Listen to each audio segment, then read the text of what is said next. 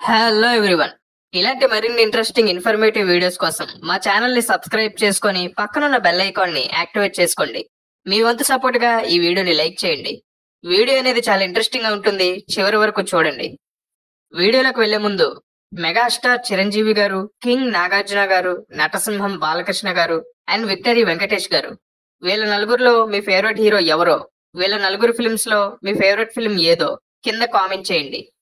ఈ రోజు మనం మన టాలీవుడ్ టాప్ 4 సీనియర్ హీరోస్ అయినటువంటి వీళ్ళ నలుగురి కెరియర్ లో మొట్టమొదటి ఇండస్ట్రీ హిట్స్ గా నిలిచినటువంటి సినిమాలు ఏంటో ఇప్పుడు మనం చూద్దాం. ముందుగా మెగాస్టార్ చిరంజీవి గారి కెరీర్ లో ఫస్ట్ ఇండస్ట్రీ హిట్ ఫిల్మ్ గా నిలిచినటువంటి సినిమా 1983లో ఆడియన్స్ ముందుకు వచ్చినటువంటి యాక్షన్ రివెంజ్ డ్రామా ఫిలిం ఖైదీ. కోదండ రామిరెడ్డి గారి స్క్రీన్ ప్లే అండ్ డైరెక్షన్ లో తెరకెక్కినటువంటి ఈ సినిమాకి writers Paruchuri brothers story and dialogues అందించడం అనేది జరిగింది. ఈ సినిమాని సంయుక్త మూవీస్ అనే బ్యానర్ లో ముగ్గురు ప్రొడ్యూసర్స్ కలిసి సంయుక్తంగా నిర్మించడం అనేది జరిగింది.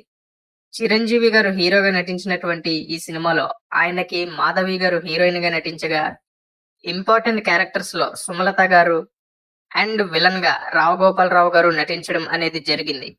సినిమాటోగ్రాఫర్ లోక్ సింగ్ గారు సినిమాటోగ్రఫీ అందించినటువంటి ఈ సినిమాని ఎడిటర్ కోటగిరి వెంకటేశ్వరరావు గారు ఎడిట్ చేయడం అనేది జరిగింది. కె చక్రవర్తి గారు ఈ సినిమాకి మ్యూజిక్ అందించగా, ఈ సినిమాలో మ్యూజిక్ అనేది చాలా పెద్ద హిట్ అయింది. అలా 28 అక్టోబర్ 1983న వరల్డ్ వైడ్ గా రిలీజ్ అయింది ఖైదీ సినిమా. 157 నిమిషాల లెంత్ తో ఆడియన్స్ ముందుకు వచ్చినటువంటి ఈ ఫిలిం బాక్స్ ఆఫీస్ దగ్గర ఆ టైంలో బిగ్గెస్ట్ ఇండస్ట్రీ హిట్ గా నిలిచింది మన టాలీవుడ్ లో.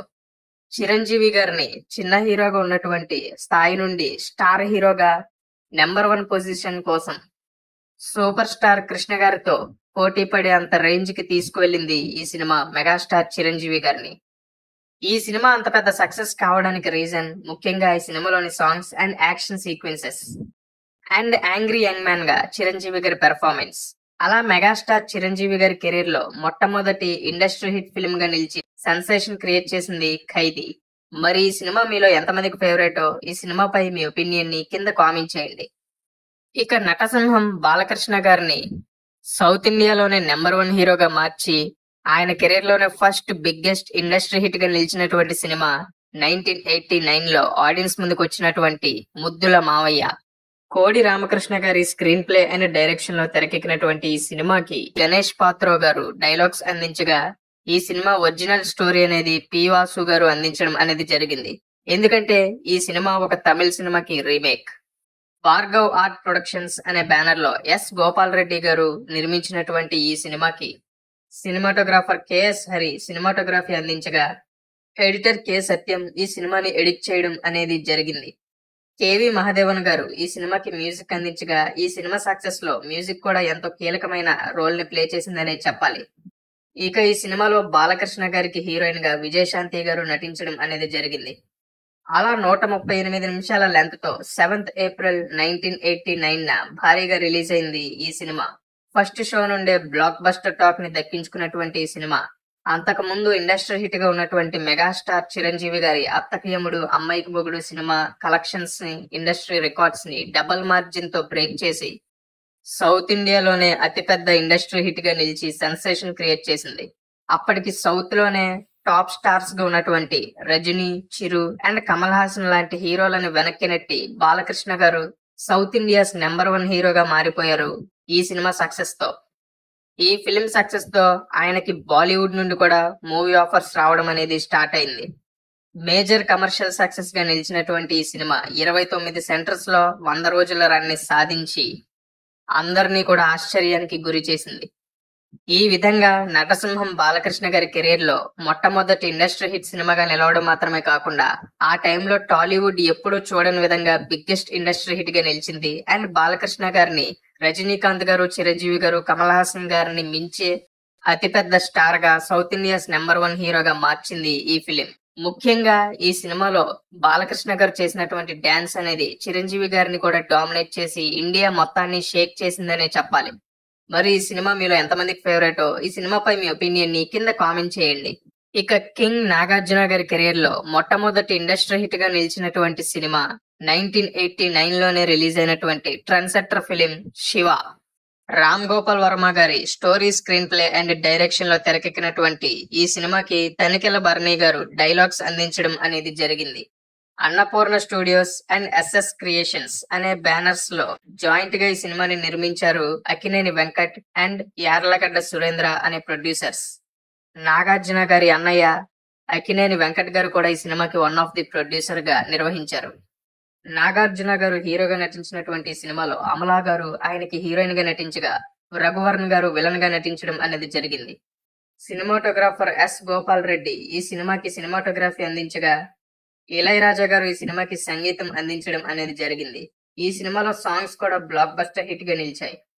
అలా 145 నిమిషాల లెంత్ తో 1989 అక్టోబర్ 5న ఆడియన్స్ ముందుకు వచ్చింది. చాలా గ్రాండ్ గా రిలీజ్ అయింది శివ సినిమా. అయితే ఓపెనింగ్ షో నుండే ఆడియన్స్ ని మెస్మరైజ్ చేసి ఒక డిఫరెంట్ సరికొత్త ఎక్స్పీరియన్స్ ని అందించింది ఈ ఫిలిం. బాక్స్ ఆఫీస్ దగ్గర trend setting block buster hit గా నిలిచినటువంటి ఈ సినిమా లాంగ్ రన్ లో టాలీవుడ్స్ బిగ్గెస్ట్ ఇండస్ట్రీ హిట్ గా నిలిచింది. ఈ సినిమా సక్సెస్ తోనే నాగార్జున గారు సూపర్ స్టార్డమ్ ని అందుకున్నారు.